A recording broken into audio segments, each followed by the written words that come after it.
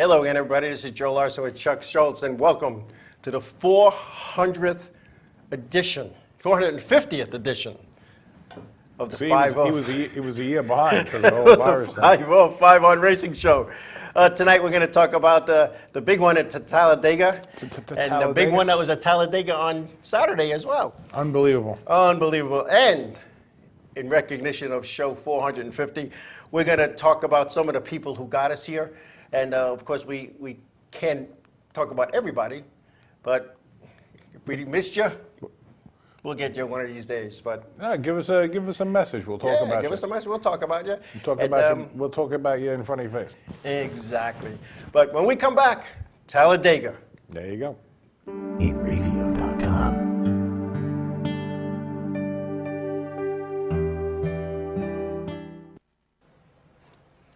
Hey Chuck, hey Joe, it's Christine, your old producer.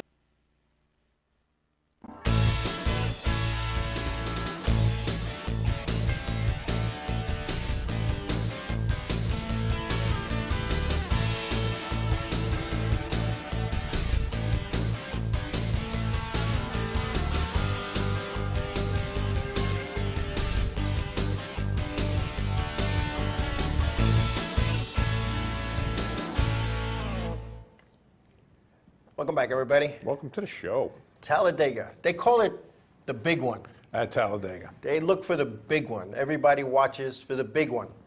Well, in the Arca Menard series, Derek Lancaster, his car burst into flames after hitting the wall Saturday.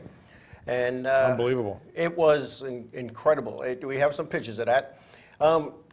There he is, Derek Lancaster. His wife, Elizabeth, posted on social media that he had been placed on a ventilator to help with his lungs and help his lungs recover.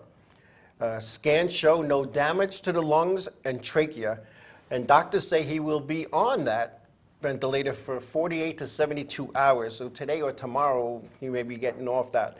Derek sustained significant burns to his arms, neck, and face, but no broken bones. This is his second serious crash at Talladega. He had a crash there last year where he actually suffered a basal skull fracture and survived.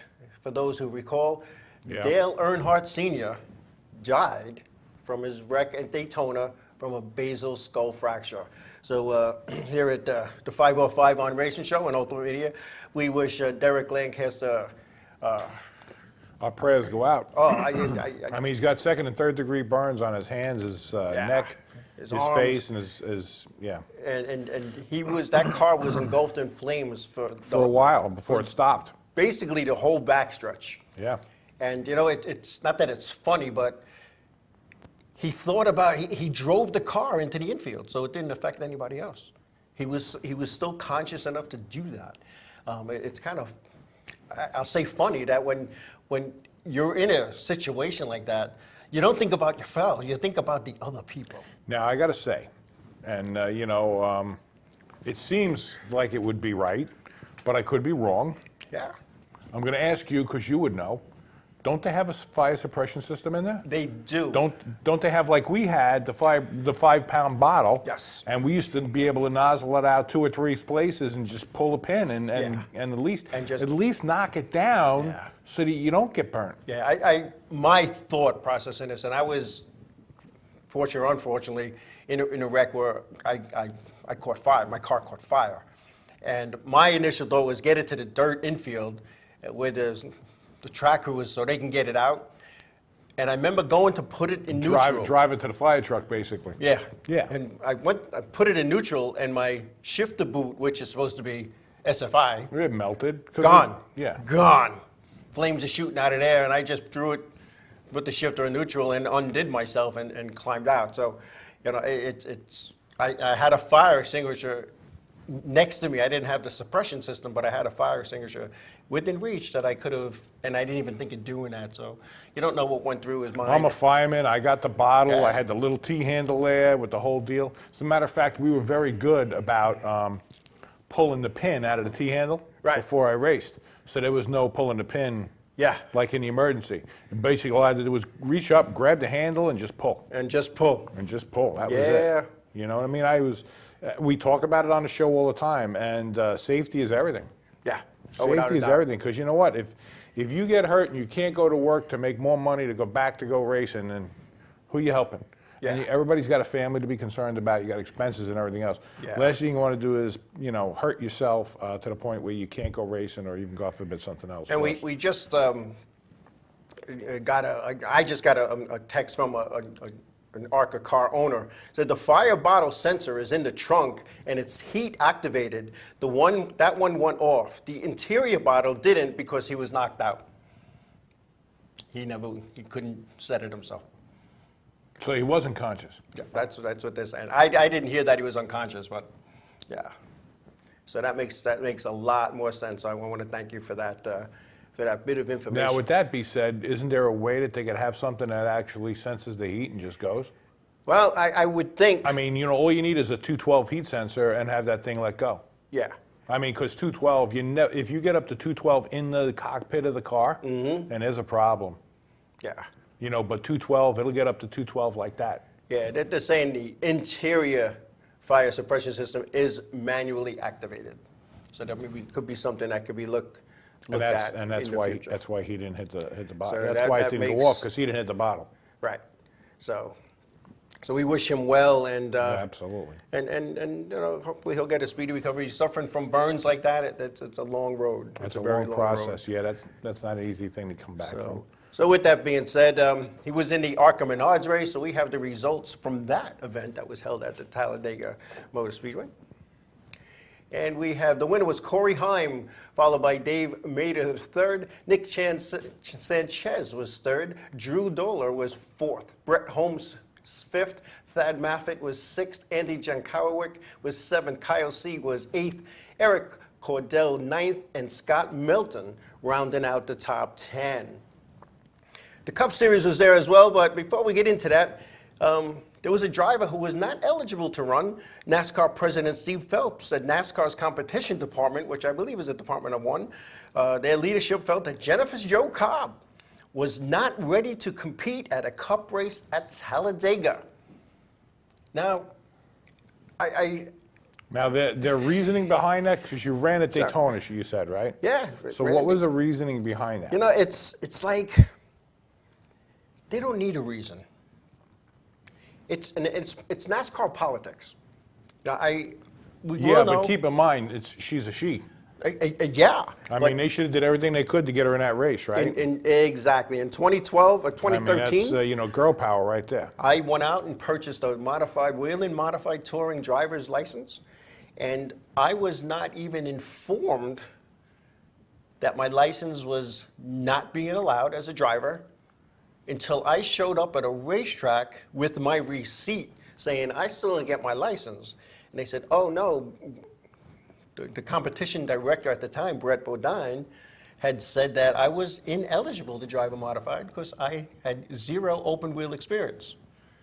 And in his own words, when we had a little conference call about it, he said if I was looking to do the K&N Pro Series or a full fended series, it'd be a different story.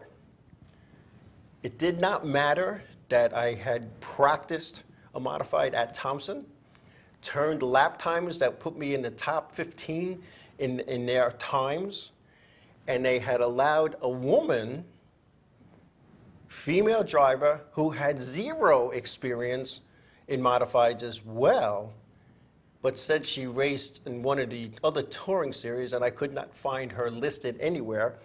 And when I brought that up, they said, we're not talking about her, we're talking about you. Yeah, that'll So it becomes politics, in my opinion. Well, that's true. It did happen. I mean, I had wanted to run in the Sportsman Series, which back in the day was a series that ran limited events like the Busch North. Yeah. But it was called the Sportsman Division. Right. And they were running south. So I called up to find out about purchasing a car and see who might be selling stuff. And I was told by the race director to call Rick Mast and Tiger Tom Pistone, and I had all of these, he gave me all these guys' phone numbers. Yep. So I called up a bunch of guys, and then we took some time, went down there, and looked at some cars, and one of the guys I was buying the car from, looking at the car from, he said, come to the track with us, we're racing this week, at Charlotte. Come to the track, and you can take the car out for practice. Yeah. When I got there, the same guy who gave me all the phone numbers said, you can't take that car out. Right. So needless to say, the guy who I went to the track with was very upset that I was not able to purchase that car from him. Yeah, it's one of those things that it happens, but anyway. The Camping World Truck Series, they were off. They will be at Kansas on Friday night, and the Cup race was held at Daytona. Wow, where am I today? Celebrating a little too early, Talladega. show 450. Talladega, I could say that. So Talladega. the Talladega. But before we go into that, we have some pictures of the Joey Legano flip that took place at Daytona, the big one, and that was the biggest one. And Joey Legano they all got just crunched up. You know, they're running bumper to bumper to bumper to bumper to bumper, and he was up and at him, just missing the 3 car there. When he landed, he only flipped once. Here, Bubba Wallace is headed right for him. This is like out of a video game, this view. It is, right? That's exactly a video game. And the next shot, I believe, he's like right at the windshield. He barely touched the car. A piece of the roof was what he caught. That could have been ugly. That could have been really ugly there. But there he is, up in the air. And Joey Legano, when he got out of the infield care center, he was very upset and angry. He said, and I don't know what he meant by this, but he said, I don't want to end up like wow, who did he say? Ryan Newman? Yes, thank you. It's just drawing a blank. He didn't want to end up like Ryan Newman did at Daytona. And Ryan Newman walked away, thank God, but he hates Talladega. As so do a lot of other drivers come out and voicelessly say that we hate this place and we're not going to do this anymore. But of course, they all show up and do it. They all show up for the points. I mean, what are you going to do? To take, and in my opinion, eliminate the restrictor plates, let the drivers drive the race cars, eliminate some of the aero on it, because these things are missiles. They're rocket ships going through the air. Once they get sideways, though, they're just airborne. Exactly. You get a little bit of air under them. No. Get a little bit of air underneath it, and up it goes. It's like throwing a piece of paper. Yeah. It's just up it goes. So anyway, thank God he walked away with just a scratch or so, but that could have been real. That was a scary thing right there. Yes, it was. Yes, it was. And the results at the Talladega Superspeedway went like this. Jeb Burton, I'm sorry, I had the Xfinity. Xfinity is next. Jeb Burton was the winner of the Xfinity race. Austin Cindric was second. A.J. Allmendinger third. Riley Herbst fourth. Ryan Sieg fifth. Noah Gregston sixth. Brandon Brown seventh. Justin Haley eighth. Matt Schneider was ninth. And Harrison Burton rounded out the top 10.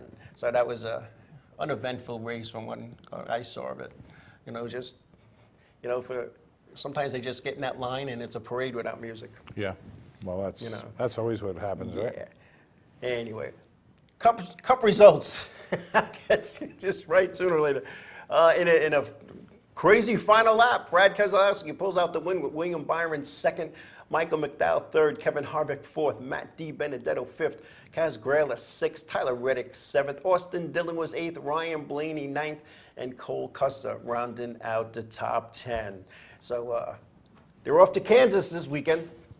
They go to Kansas, and the Cup will be on Sunday, and the Camping World Truck Series will be on Saturday night. And the Whelen Modified Tour was scheduled to open up at the Stafford Motor Speedway in Connecticut for the annual Spring Sizzler.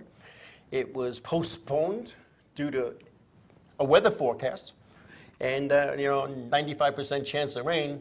So they just canceled the Sunday portion of the show, which was the tour event. The tour race will run at the Stafford Motor Speedway this Friday night. But when we coming up, so it'll be interesting. Big difference running on a Sunday afternoon and a Friday night. But my hat's off to the Stafford Motor Speedway for making a decision early and saving these guys. That's always a good thing. Anyway, we're gonna take a break. When we come back, we're gonna reminisce about some of the guests that we had on our show over the years and some of the people that made this possible when we come back.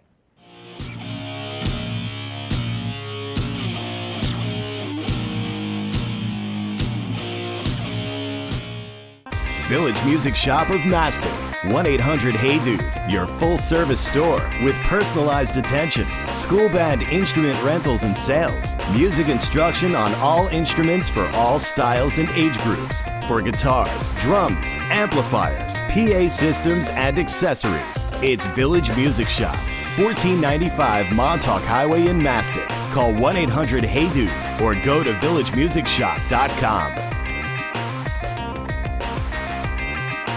Hey, what's... Oh, I was going to say what's up for some reason. Hey, we're Set It Up, and you're watching the Inravio TV network. Hi there, this is Buddy from Less Than Jake, and you are listening to Inravio TV. You're probably watching it too.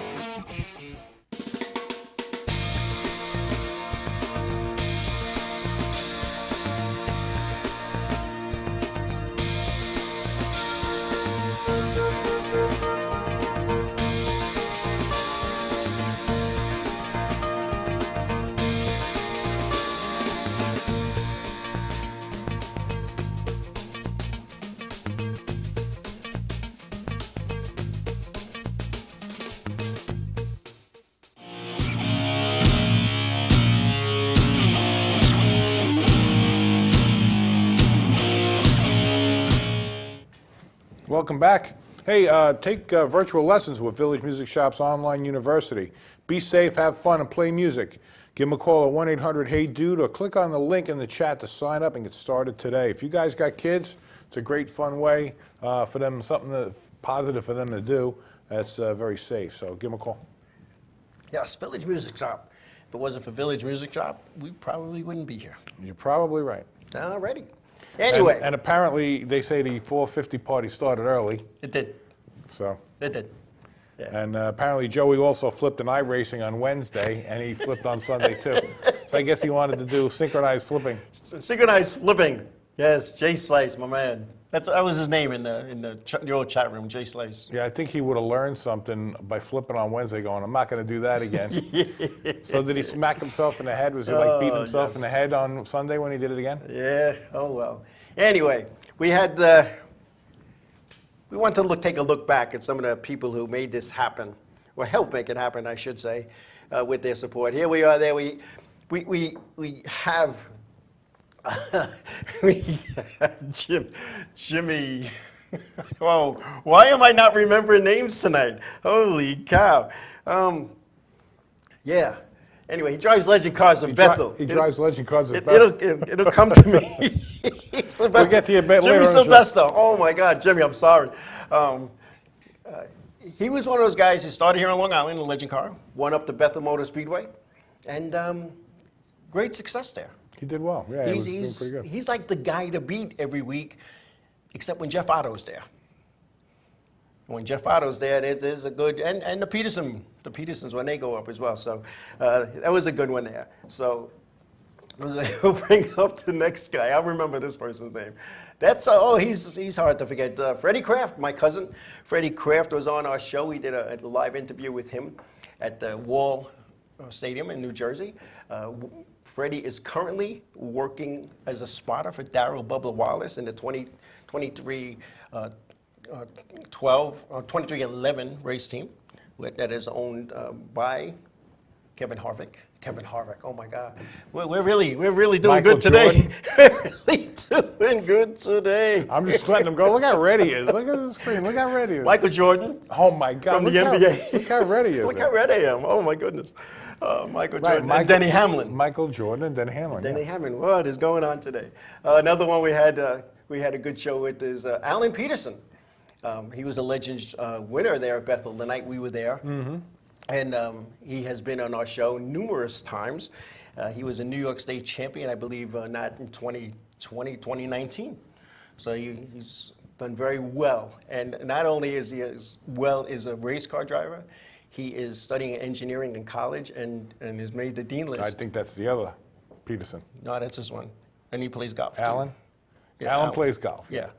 But the other Audie is doing the engineering. The engineering, that's right, because he's a fabricator. Right, he's a fabricator. And so we'll talk about him in a little bit too. It's like the whole, they got it all covered. 450 was a big one, I'm telling you. There was a lot of shows, a lot of stuff to remember. Oh, who do we got next coming up here? We're going to Ray Mortuano. And I said that right because he always said I said his name wrong. Ray was a flagger at the old Islip Speedway for many, many, many years, and also when the Cromedies took over the Long Island's Riverhead Raceway. He was a flagger there for a while, and then just one day hung it up. Always a fan of our show. Always shows up at the Hines Museum's Nostalgia Day. Great stories. You could sit with him for hours and hear the stories over and over again. Great time with Ray. Johnny Bush. Johnny Bush, Wheeling Modified Tour driver, started as a figure-8 driver in the 70s. Johnny, a local Long Island guy. Never saw much success on the tour, but he was one of those guys that showed up just about every week and did what he had to do. So it was all good there with Johnny. Good friend of mine, goes back. Marty Hines. Marty Hines.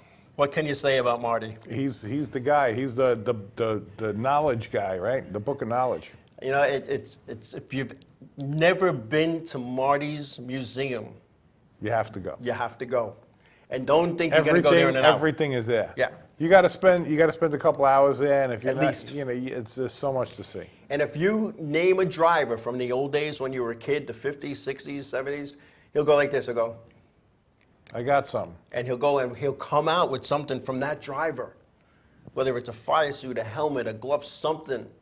Forget about the thousands and thousands of pictures he has out in the garage, which you could spend the whole day just looking at the picture. Yeah. So, And if you go there, you know, give him a good, you know, a good bean there, because yeah. last thing we want to do, we want to keep him off the roof. He's 80 years Yeah, old, he's still and climbing he's up up the there roof. climbing on the roof, fixing the roof himself. Yep. You know, toss him a bone, so you know, keep him off the roof. Yeah, and here's a guy that needs no introduction, elite Cookie Viscanti. Cookie was, he won a championship just about in everything he drove. He was good, but what Cookie is going to be best remembered for is he brought corporate sponsorship to the weekly short tracks. His sponsorship with AMSOIL back in his late model days was incredible. Nobody believed that. How did you get that? How did you get that? Never mind how he got it. He got it. You know, so, you know, Cookie Viscanti, good friend of mine, and I got to share a little story with Cookie. When I had my foot reconstructed back in 2017, Cookie called me every day. How you doing? What do you need? I'll send somebody over. And he wasn't just doing it, you know, to talk smack. If I said, Cook, I need this, it would have been there. If I needed somebody to come over and hang out, he would have got there somehow. So, you know, Cookie, his passing was way too soon. He's missed by a lot of people. So, and big fan of our show. And when we did an interview with him, when we asked him how old he was kind of like me. He said, I'm not 70. Remember that? Yeah, you were, Cook. You were 70 when you did that show. So, you know, I know he's watching from up ahead. Ryan Priest. Ryan Priest actually got his start in modifieds, in the Wheeling Modified Tour Series with a family car, and then he lucked out. He hooked up with a man named Eddie Partridge, who gave him everything he needed. He went out, and I believe Ryan Priest was a champion.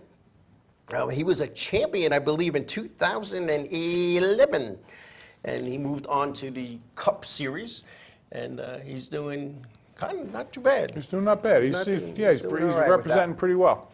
You know, So- he's doing very well. I'm kind of proud of him. Yeah, I remember a race that he had, and I believe it was at Stafford. He was running second to Todd Zegedy, and the white flag came out, and Ryan gave him a good shot, gave Zegedy a good shot and won. And Zegedy went around. Ryan Priest crosses the line first. They put him to the back of the pack for rough riding. And he sat in his car for a long time. And I walked over to him, and I sat on the Nerf bar, and I said, you know, Ryan, your day's going to come. Be patient. And I'm telling you, if you stay patient and keep just being in the hunt for the win, you're going to end up in Cup one day. And a couple of years ago, he came to Riverhead Raceway, and we were talking. And he said, remember when you said that to me? I thought you were full of it. But here I am. Mm-hmm. So Ryan Priest, good guy, good kid. Yeah, Jesse Little. Jesse Little was a guest on our show. Jesse Little is the son of former Rouse Racing driver Chad Little. Jesse runs Xfinity and the Camping World Truck Series. Jesse called us called in. It was tough for him to do a show from Cheryl's Ford, North Carolina. Yep. So he came in and did a show via phone, and it was a good time. We had a lot of good fun with Jesse and talking about his racing. And back then, he was one of our early people, guests. He goes, hey, someday I hope to be running in what is now the Xfinity Series, and he has. And he's running the Truck Series, so I wish him continued success along the way. So, and here, Timmy, the natural Salamino. Timmy got his starts in the go-karts here on Long Island, and he's a Whelen Modified Tour driver. One of those guys, he's like the guy to beat.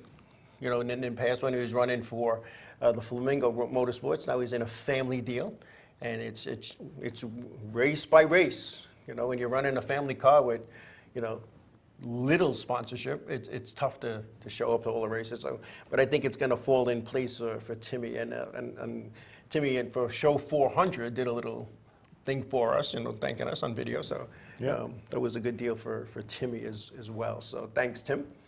And this is a show I'll never forget.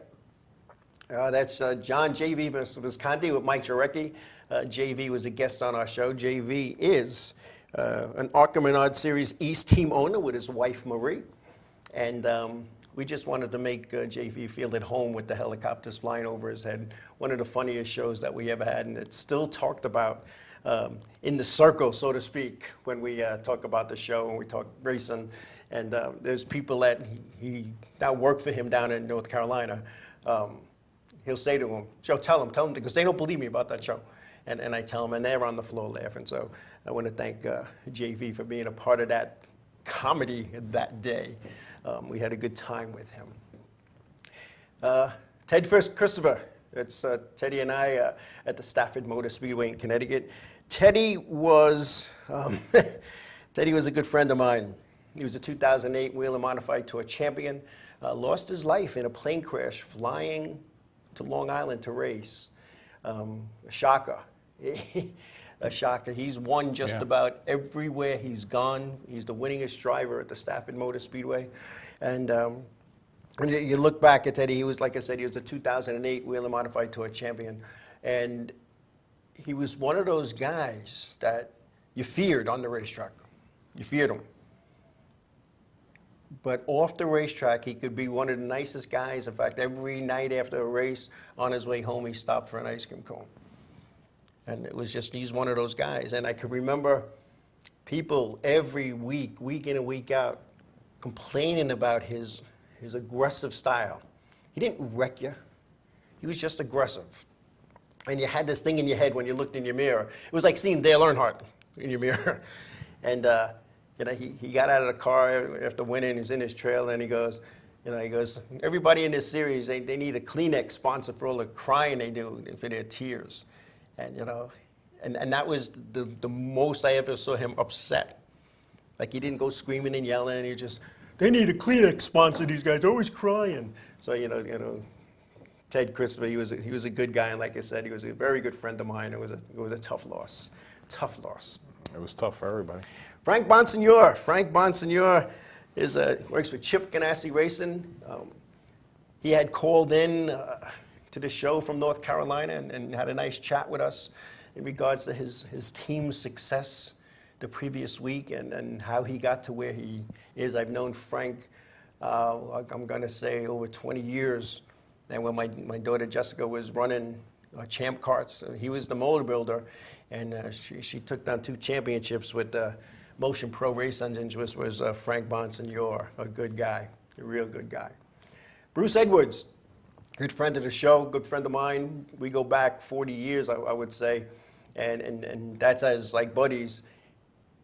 But back in the 70s and 80s at ISO Speedway, he had the most immaculately prepared late models, and they called them street stocks back then. And Dale Earnhardt actually drove one of his cars and re-skinned it, or lettered it, or painted it to look like the blue and yellow Wrangler 3. Right.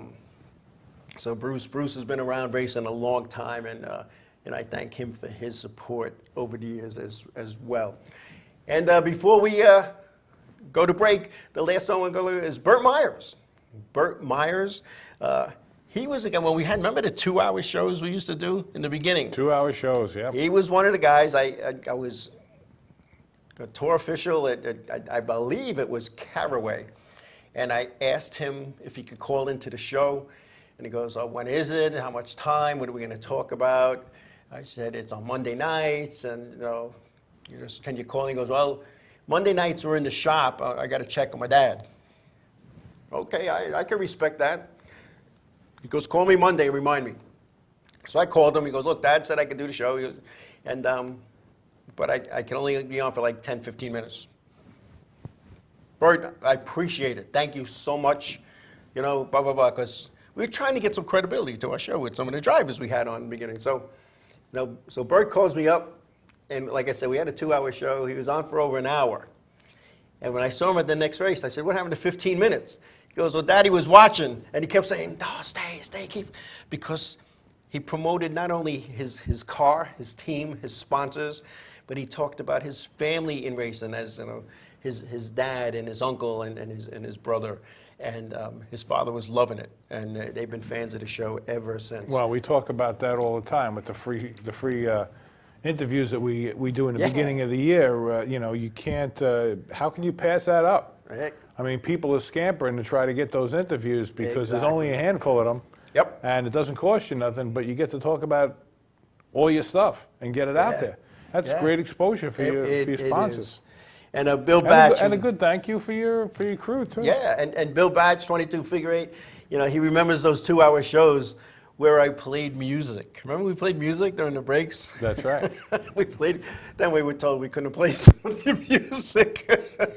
Well, we were taking it to the next level. Yes, we were. Yes, And you couldn't play music at the next level. Oh, well. Anyway, we're going to take a break, and when we come back, we're going to go talk about some more of the guests that helped us along the way from show 1 to show 450 when we come back.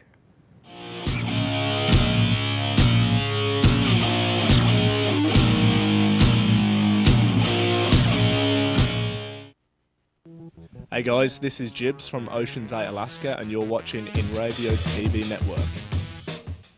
The world of advertising has changed. Radio, TV, and newspaper revenues have declined drastically. Why? Because businesses have realized that advertising return on investment isn't what it used to be. So what can we do about it? Well, that's easy. Advertise online. Own a local restaurant, real estate agency, or even a national retail chain? Whatever your business, Inravio can get your message out there, and we can do it at a fraction of the cost. Call today and see the difference for yourself. This isn't TV. This isn't radio. This is Inravio.com. Hi, I'm Remington. I'm Emerson. And I'm Sebastian. We're Palais Royale, and you're watching Inravio TV. There we go.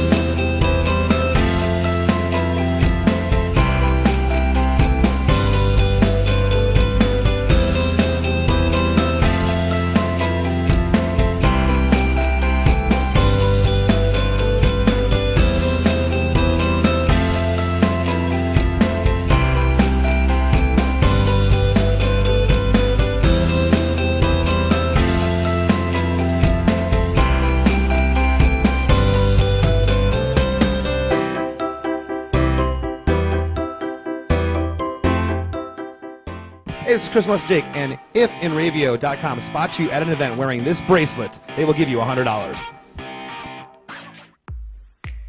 Hi, this is Mike Jarecki from My Race News, and you're watching the Inravio TV Network.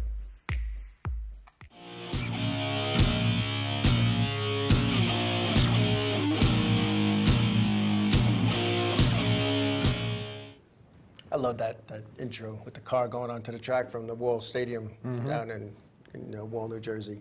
Anyway, back to the folks. Here we have Ronnie Silk. Ronnie Silk was one of those guys. He was the 2011 Wheeler Modified champion. I had said somebody else earlier. Ronnie was one of those guys again in a family team, and moved on to drive for other people along the way, and was very successful. He was one of those guys, very quiet demeanor, but when he called into the show, he was a different Ron Silk than I talked to at the racetrack. So we appreciate what Ron did for us and helping us out back then. This show was emotional. That's Sal Liccardi Sr. and Sal Liccardi Jr. Sal Sr. was very ill in the hospital. I don't know if you remember that one. And I remember. We talked to him from his hospital bed. And we talked for quite some time, talking about the old days and the old tracks and the old drivers. And I was trying to, and I don't want to say rush him off, because he had a lot to say and it was a good show, but what we did was, I was trying to follow my script, my schedule, so to speak, what I was supposed to do. And we just kept him on, and because he just kept talking as well as his son. And there's nothing better in my mind than a father-son involvement in racing. I didn't have that, and when I see that, I really feel good and I feel happy for them. Well, Mr. Liccardi, Sal Sr., when he was getting ready to hang up, he started to cry. And he said, "Thanks for remembering us old guys that made it happen." And, you know, when that show ended, driving home that night, I said to myself, we made a difference in somebody's life today. Yeah, and that's important. That's kind of what we do with this. You know, we made a difference. When you race with family or, you know, somebody who's that close, that's a big deal. You know, it's more of a social involvement than it is just a competitive thing. Yeah. You know, even though my brother, he knew nothing about racing, he came down to the track, I enjoyed racing with him. I mean, Bonnie, you know, I enjoyed racing with her, you know. Yeah. And it's one of those things that it was, you know, all right, so maybe they didn't know a lot about what we were doing, but, you know, it's that connection that you make, Yeah, you know. it is. And you make lifelong friends at the racetrack. Sometimes you make lifelong enemies. And, you know, people say, oh, you know, oh, you burned another bridge. All right, so we burned a bridge. But you know what? For every bridge that was burned, I probably created 20 more, and yourself included, Possibly. along the way, you know? But you know what? The idea is, as long as you're not hurting anybody. Exactly. You know what I mean? You try not to hurt anybody. You know, you're not going to be everybody's friend. Right. You're not going to be everybody's friend. You know? Anyway, this is, again, one of my favorite shows. We were doing this guest co-host thing, and my daughter Jessica, I picked her up. We went out, had a nice dinner. We talked. She goes, "What do I have to say?" "Oh, nothing. You're good. Just sit there, you know." Like we're having a conversation about racing at a bar, at the kitchen table, on the patio. And we were talking, and again, that was a 2-hour gig too. And I said, when we come back, we'll have back then, the nationwide results be given by my daughter Jessica. And Jessica's sitting there, and then we go to break. She goes, "Dad, I can't say the names. I'm afraid." Blah, blah. Just, it's going to be up on the monitor. Just read it. Just read it as it goes.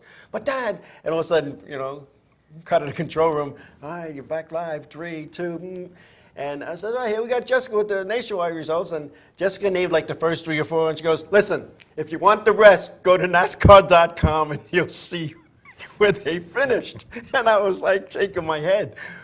But we had a fun time that night, and you know, there's no secret. My daughter drove my race cars for a few years, and that was, you know, my sons didn't get involved with racing. My one son, my oldest boy, he went into the Army right after high school. My son Joe did the same thing. My son Joe raced go-karts and champ karts, and you know, we had a lot of good father-son there, but the father-daughter time I had with Jessica. And we raced a lot. We raced Medford on Friday nights. We raced Riverhead on Sundays. We raced West Hampton sometimes on Sundays. We spent a lot of time together. And the other good part about it is my garage was set up to play with go-karts and champ karts. And I would say probably once a week, we went to Tommy Bonson, your shop in Deer Park, and scaled it up, put the lasers on it, made sure nothing was bent. And that time that we spent together, that was priceless. Absolutely. That's what I'm saying. With the time you spend with family at the track. And you know what? You don't remember the bad times where you had the accident or you this broke or that broke or you had to fix this or you had something or other with somebody else or whatever.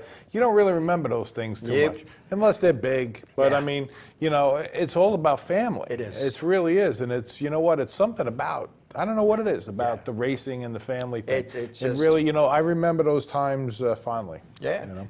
It was, and really, not to go off my subject, you know, my dad thought racing was a waste of time, waste of money, waste of energy. And we had a big Father's Day race at the Medford Speedway in Medford, Long Island. And both my son Joe and my daughter Jessica were in the points, you know, so and Jessica was like, you know, like right there in the first or second in points. And I said to my mother, we're not going to be there Father's Day for dinner. I'm sorry. We'll come Saturday. We'll come next week, whatever. We're racing. And all of a sudden, I see my dad and mom walking into the pit area. I was like, shocked. Now, we had a nice enclosed trailer. I had a food sponsor. The food was laid out nice. And they spent the day with us. And later on during the week, my dad was like, I didn't realize how family-orientated racing is. And so, I thank him for taking the opportunity to see that. To notice it, yeah. And my kids never forgot that. You know, Grandpa and Grandma, they came to the race to see us. That's that was really nice, that was a good one. That was good. That's like going to see somebody's football game or whatever it may be, you know. Yeah, now here's Roger Oxley. That was right after he ran his last late model race here on Long Island in his trailer. You can see my crutch. I was still on crutches. I was there for that. yeah. You know, I was still on crutches and having my foot reconstructed. Roger Oxley, I got to tell you, out of all the drivers that I've interacted with over the years, I have the utmost respect for that man. And him and I, we didn't always see eye to eye. But at the end of the night or the next day, we had a mutual respect for each other. And, you know, it's one of those guys that, you know, when you're the head guy, the big cheese at a racetrack, everybody's calling you up, inviting you to parties, you know, I'm telling you to come down and have a beer, whatever. And when I left there and moved on to the Modified Tour, there's only a handful of guys that still kept in touch. Roger Oxley, and I left that racetrack. My last race as an official at Riverhead was September of 02. And Roger Oxley still to this day, still touches base with me. And he gets the award for driving the furthest to be a guest on our show from Fishkill, New York to our Mastic studio here. And it's a good 2.5 to 3 hour ride, one way. Yeah. And he comes by pickup truck. Yeah. That's not a smooth ride. Yeah. So, you know, and we appreciate that. And Roger's another one. He gave us a little credibility and he spread the word and, you know, he helped us out along the way. So I thank Roger. Absolutely. Here we got Tommy Rodgers Jr. Tommy was a guest on our show. Tommy Rodgers is, and he is the winningest modified driver in Long Island history. Really? He's surpassed the late, great Charlie J.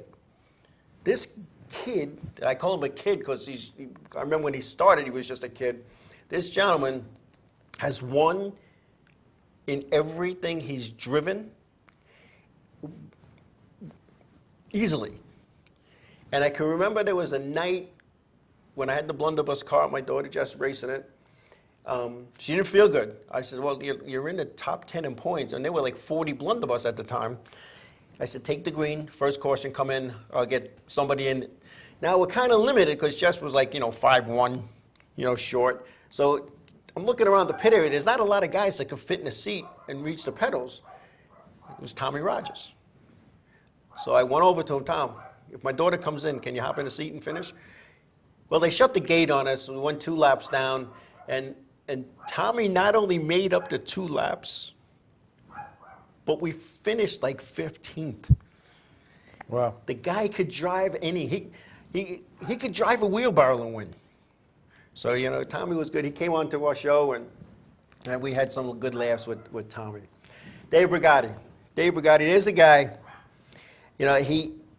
he's another one of those guys. He's a multi-time champion in multi-divisions at multiple racetracks. Now, that's not by luck. you got to be good. You got to be good.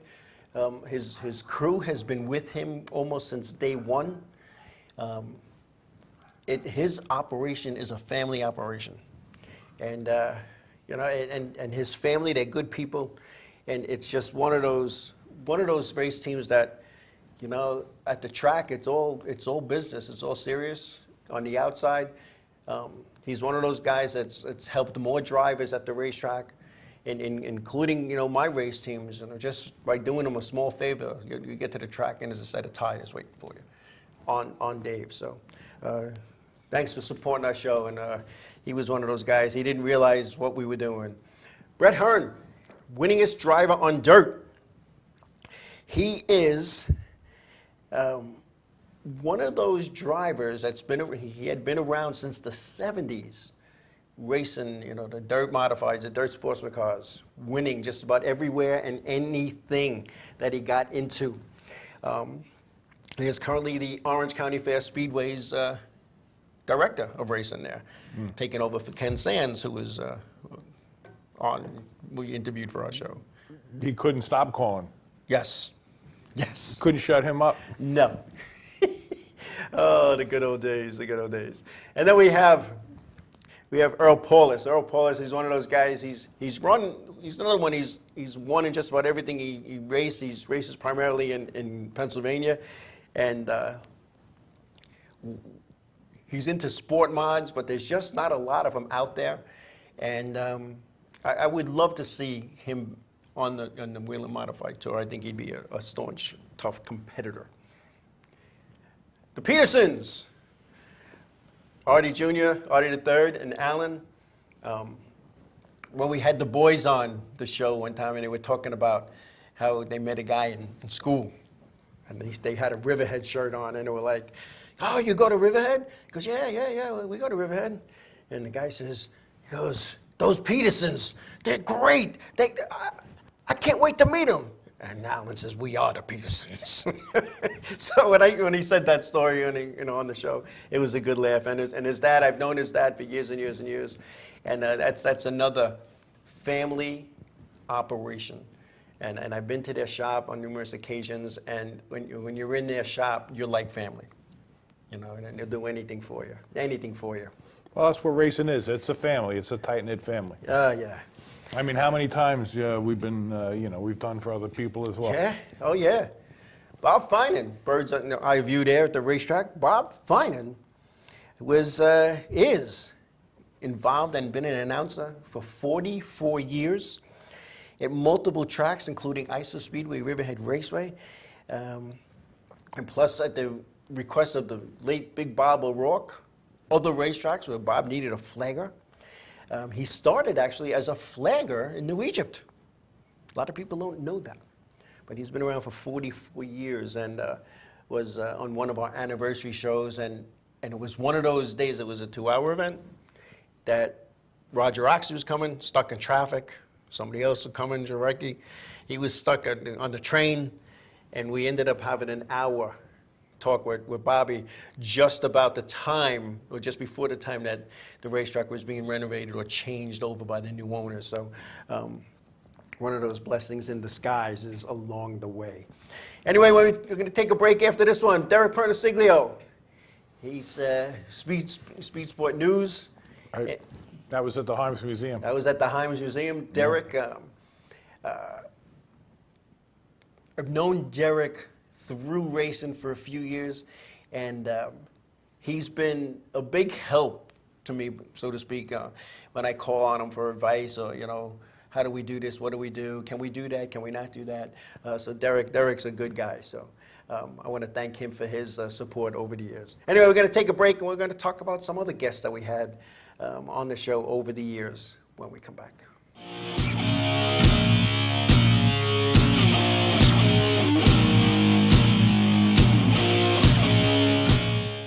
Village Music Shop of Mastic. 1-800-HEY-DUDE. Your full-service store with personalized attention, school band instrument rentals and sales, music instruction on all instruments for all styles and age groups, for guitars, drums, amplifiers, PA systems, and accessories. It's Village Music Shop. 1495 Montauk Highway in Mastic. Call 1-800-HEY-DUDE or go to villagemusicshop.com. Hey, I'm Raul Panther. And I'm Commander B. Hawkins. And I'm Mark Willett. We're some of the proto men. If we see you without this bracelet, you're punching the But if you have this bracelet from Inravio.com, you can win $100. Put one of these on. Or else.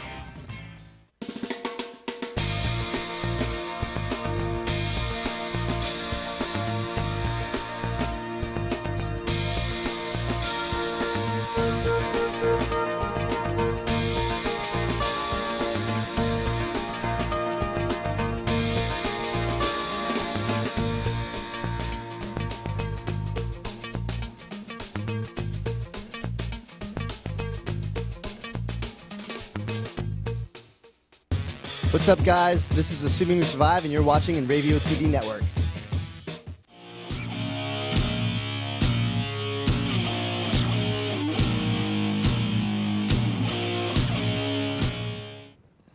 Welcome back. Welcome back to the show. Yeah, Reminiscing over 9 years worth of guests and. Yeah, you know, somebody had posted, you know, what about Mike Stefanik? Mike Stefanik was never a guest on our show. Yep, never made it. And not that he wasn't asked; it was just he was never a guest. And this is about the people, the drivers, the crew people, people involved with racing who were guests on our show, one way or another. So, anyway, who do we got? Ralph Shaheen. This one was the biggest surprise to me. He did this little spurt for us for show 350. Ralph, he just, I just was in shock when he did that. From Speed Sport, Derek Pernisiglia was a part of his Speed Sport show and whatnot, and Ralph congratulated us. And, you know, when you can get congratulations from a guy like that, you're doing something right. And, you know, and don't get me wrong, I don't do this all by myself. I have a lot of help. I just talk. I have a lot of help, and we'll get into that in a little bit. Well, I mean, for 400, we had Mike from ESPN, right? Yeah. Mike Massaro? Yeah. So, you know, we had him. We did okay. We did okay over the years. What do we got? There's my man, WJ, Walter Johnson. Walter was my biggest fan and my biggest critic. And he was one pain in the butt sometimes. He didn't like the way the chat room looked. He didn't like this. He didn't like that. But that was Walter. Mm-hmm. If he wasn't complaining about something, there was something wrong. Something wrong. And you know, we did a show for him shortly after he passed away. I think it was the day he passed away. We had an empty chair here, and that was WJ. And I said from that day forward he would not miss an anniversary show, and I've honored that word. There he was just now. WJ, founder of MyRaceNews.com, who, when he passed, it was passed on to Michael Giorgetti, who took it to the next level. And so My Race News goes on and on and on, and in memory. And as Artie Peterson Jr. said, Walter was a good man. He sure was. And Bill Bash, the most fun was the back and forth with JV in the chat room, or WJ, I should say, in the chat room. Jimmy Rennick Jr. with Michael Giorgetti. Jimmy Rennick, big supporter of our show in more ways than one. And Jimmy runs a Super Pro truck here on Long Island and is also a modified team owner. He had purchased a modified, and he has somebody driving it for him. So we wish him well in this year, this season, 2021. This is one that we backed into this interview. Congressman Lee Zeldin. We were at the Long Island Needs a Drag Strip rally at Tanner Park in Copeg, Long Island. He is the congressman in the 1st Congressional District in Long Island, New York, and was a big supporter of Long Island Needs a Drag Strip. But as we've said on this show, and as he said, you need to find a place. You need to do the steps you have to take. You need to come up with a proposal. Exactly. They're not just going to say. They're not just going to pull one out of the hat for you and say, go race over here. And I don't know if I'm allowed to say this, but I'm going to. Lee Zeldin is campaigning to be the next governor of New York State under the Republican line, so we wish him well, a friend of 5 Off, 5 On. He was actually going to make arrangements. We were trying to make arrangements for him to be on the show live. Then we were going to go do it in his office, and things got, really busy for everybody. So he's actually from this area, you know that, right? He's from this area. He grew up in this area. Yeah, so again, we wish him well in his endeavors, and we thank him for his support on our show. So it's all good. It's all good. And here we got Jimmy Blewett. Jimmy Blewett has raced and won in just about everything he's driven on dirt and asphalt. He was on the tour, ran different modified touring series, and his home track down in Wall, where his dad, John Blewett Jr., and his brother, the late John Blewett III, raced. And I saw him. I went down into Egypt and watched him run down there too, as well. Another a good guy, good guy to racing. And he even ran up here in Long Island. And before I met him personally, I heard that, don't mess with Jimmy Blewett. And I found out he was the most fun-loving guy that I could ever talk with. So yeah. That was good. Again, Michael Jarecki, myracenews.com. He's actually sat in and did a show for me one time. I think he sat in and did a show, yeah. So we had a good time with Mike over the years. And like I said, he's taken myracenews.com to the next level. And here's another good one coming up. This guy was on our show. He was on an anniversary show. It was a 2-hour show. And in the back room, where we had a little food in between, show 1 and show 2, he just had us laughing, hysterical. And when I look back at that show, and I'm looking for my notes on him, because I don't want to get anything wrong. Glenn Sullivan, he was a Long Island guy, raced, Ice Up, Riverhead was involved, owned cars, sponsored cars, did all kinds of good things. But the stuff he said in that back room, we wish there was a mic. And he kept saying, there's no mics back here, are there? Well, yeah, because it was inside Oof, racing. Way inside. So it was way inside racing. There's things you do not really want to know. Yeah, well, you want to know, but you really don't want to know. You really don't want to know. And that was... once you hear it, you can't unhear it. You can't unhear it, and you can't share it. So thank you, Glenn. But in that picture that with him was Tyler Dipple, one of his drivers along the way. So I want to thank him. Here we are. That's JV, John Viscanti. Again, we mentioned him earlier when he was in the picture. John and I, we go back a long way, and he's showing some success with his Arkham Menard's East car.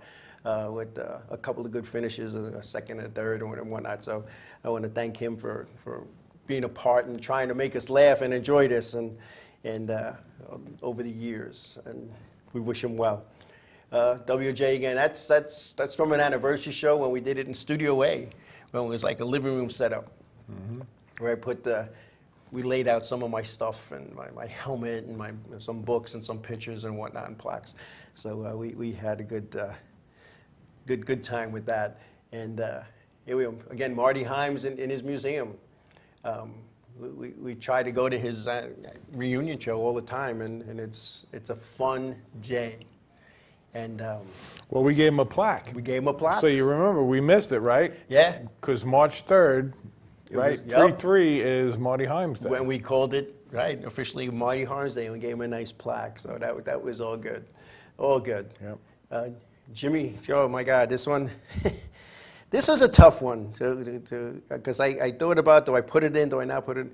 And Jimmy Kelly, the late Jimmy Kelly, he just a few months back passed from the COVID.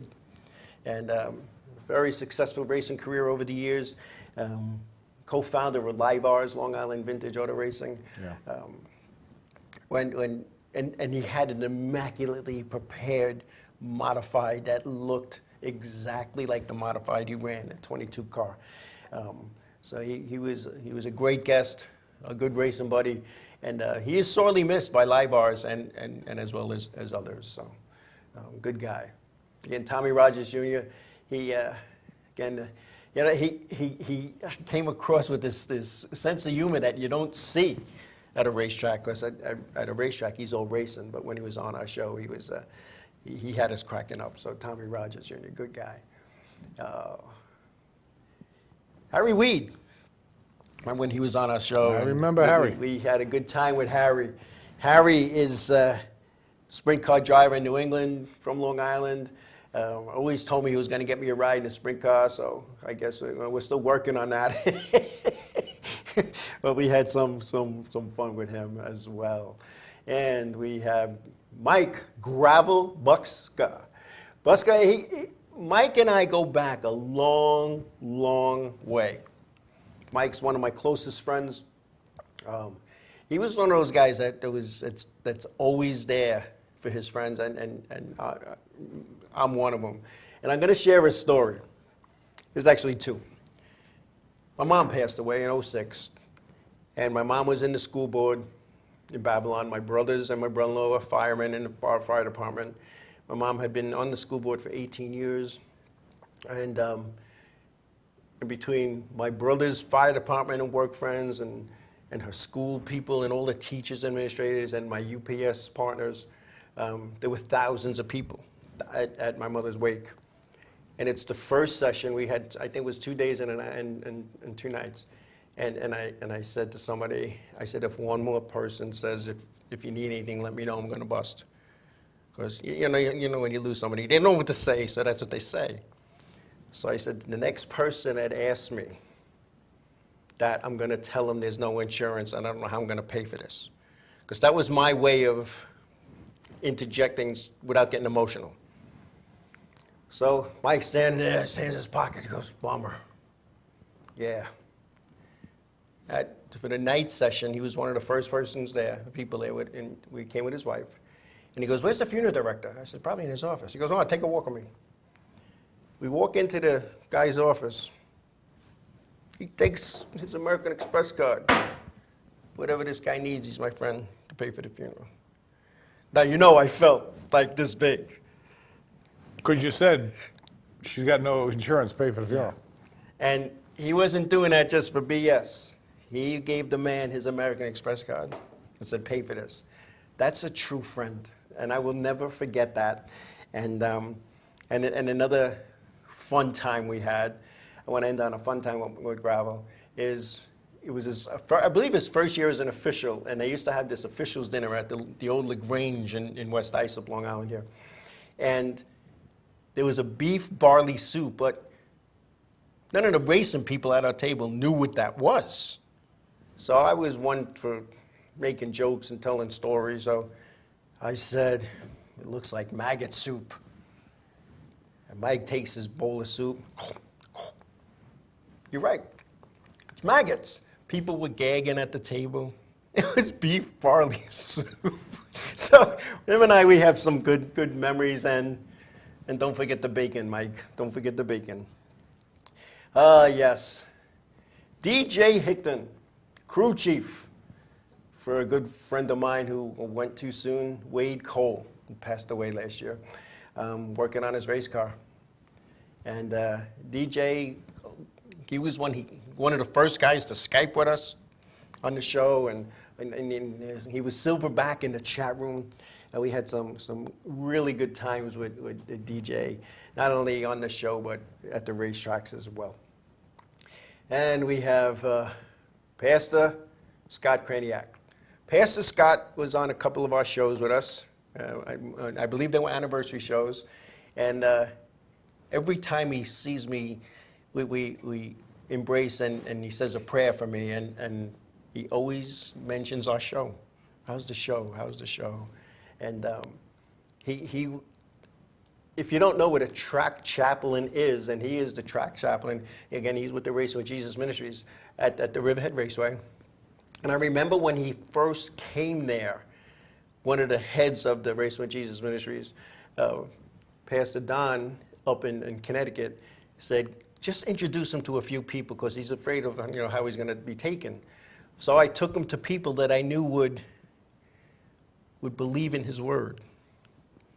And then, of course, stuff happens, and he's there for them, and he has his old Comet that the national anthem is done. He does burnouts, and everybody loves it, and he's spreading the word, but he's there for the drivers and the teams anytime there's a situation, and he's there for the show as well. So, I want to thank Pastor Scott for all he's done. He is the pastor at the Center Reach Bible Church in Center Reach, Long Island, and has been there for quite some time. So thank you, Pastor Scott. Here we go, Patrick Emeling. Patrick Emeling. He was, he's a modified tour driver out of upstate New York. Very competitive guy. Was on a show. In fact, he was on a show with his crew chief on our show. I'm going to say it was August of 2013.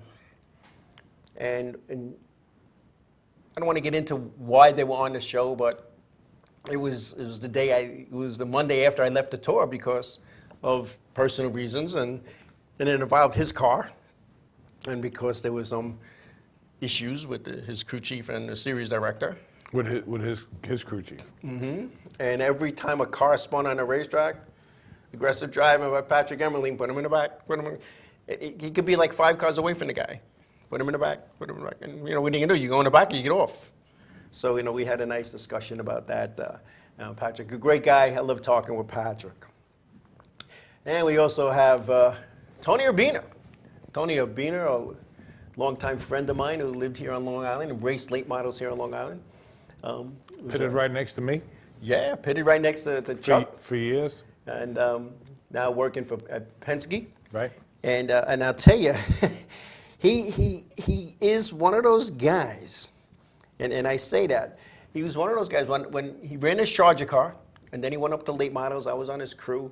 He had some good sponsors and whatnot, and ran very well. He was another one that taught me what being part of a family of racing. The car was owned by him with his father-in-law, mother-in-law, and his wife, and we're always at at the house working on the cars a couple of nights a week. And it was George and Carol Mapes, and from the day one that I went and started helping Tony, I felt like I was a part of the family. And every Saturday, mid-morning, we fine-tune everything, get it loaded up, and Carol Mapes would make us lunch, something to eat before we went, and you felt part of like something, so, and Tony and I still talk regularly, and good guy. And in a small world, you didn't even know that you were working on the car right next to your cousin. No, exactly, Bonnie. And Bonnie's mom. Yeah, unbelievable. Didn't even know it. Didn't know it. Oh, didn't man. even know it. We had some good times. Kenny Hyde Jr. Kenny Hyde Jr. He's runs a pro stock up at the Bethel Motor Speedway. Is a figure 8 champion here on Long Island. Came on the show. His dad and I, when I first got into racing, his dad and I think there was more purple on my car and more of my red on his father's car than we cared to talk about. So many times we won at it. We got thrown out because of our antics. And when I had my wreck in '96, it was after a 2-week suspension of something Kenny and I did on the racetrack, and then afterwards. And the first guy that came to my house was his dad. Make sure I was all right if we needed anything. And we became lifelong friends. And then, unfortunately, his dad, lost his life young to a heart attack. But Kenny was on our show, and when we had a good time with Kenny on the show when he was there. And one of his crew members was actually one of the booth guys. Yes. Now this picture I put in here because without this company, there'd be no 5 on racing show. There'd be no Inravio TV. There'd be no Ultimate Media. So that's my thanks to you and Bonnie. This has been like my card night. I look forward to this. 9 years, a long time. Long time to come down here on Monday nights. It's a lot of shows. A lot of shows, 450. And to talk racing with racing people. And when you think in the beginning, we used to do 2-hour shows. 2-hour shows in the other studio. You're probably looking at like 600 hours worth of shows we did. Easy. And you're getting thanks here in in the chat here. So I appreciate And again, this is Chuck's car. This is. Oh yeah, look at that. You know, I drew that in there because we're talking about all the people who've been on the show. You've been on the show more than anybody but me. That's right. That's true. Whether I'm here or I'm over there or over there or in the back room, somebody's got to eat the food in the green room. Somebody's got to eat the food in the green room. And it's funny how Chuck ended up in this seat from that seat because we were talking about a co-host. Who could be a co-host? And we talked to a couple of people. They didn't want to commit. I begged my daughter Jessica, be a co-host. We'll have fun with it. No, Dad, I don't know what I'm talking about. You know, and then one day Chuck goes, all right, let's do it. And you've been sitting here ever since. Well, I've been very reluctant to do it just because, you know, I had another show as well. And because, you know, I don't want to try to color everybody's show. You know, one time we had, you know, 28 shows 28 shows on Inravio. You know, 2 hours apiece. That was a lot of work. That was a lot of work. You know, and it's tough to, you know, to keep the doors open and keep the overhead going and pay the staff and everybody else to do all of the work. I mean, it's tough, you know. It is, and you know, and a lot of people, especially people who come in to be guests here, they think we sit down, we mic up, we comb our hair, and they go in the control room, they press a couple of buttons, and we're a show. Nobody realizes what's involved with that, except for, you know, you and Bonnie, really. Yeah. And it's a lot of work. I started communicating with Bonnie probably 7 o'clock this morning.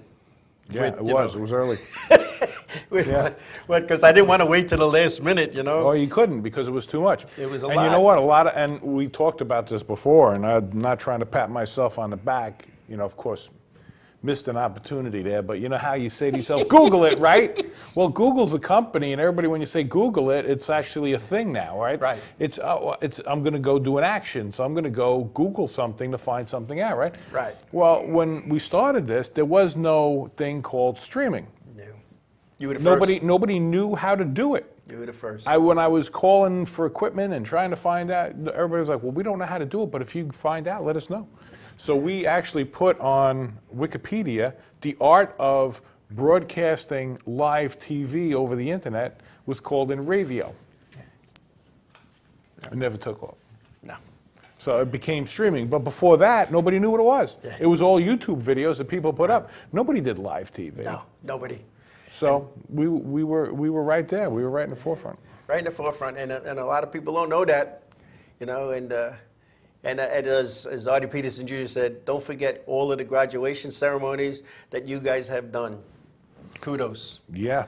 There's more than this. Almost 40 years of graduation services. I mean, when Artie's kids graduated, probably went, right, because, I mean, he worked at the school, so he knew. I think when he graduated, I was probably there. Well, think about it. I mean, Artie's not 100. No, he's not. But, you know. The dad's not, Artie Sr.'s not 100. He's got to be, you know. But I was there for almost 40 years. Yeah.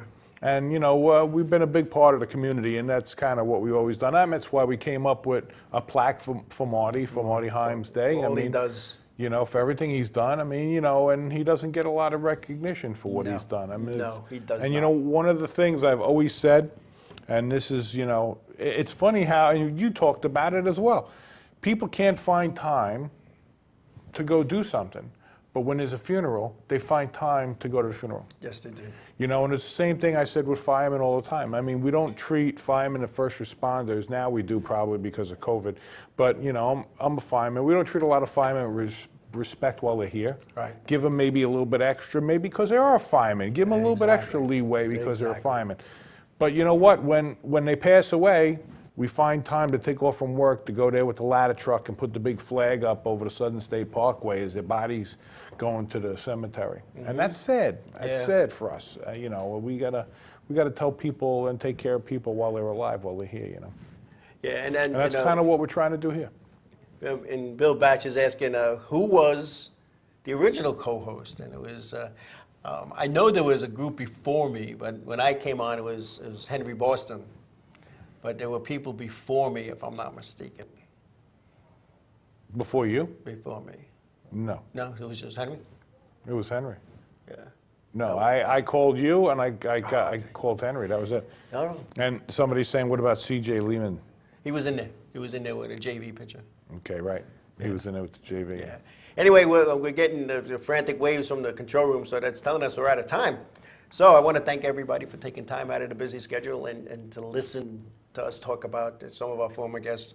We couldn't get everybody. It would be a 5-hour show. So so thank you for your understanding and patience. And we'll bring them along the way. And thank you for everybody in the chat room. I know Audie was saying thank you for graduations and stuff, and that's nice. It's nice to hear.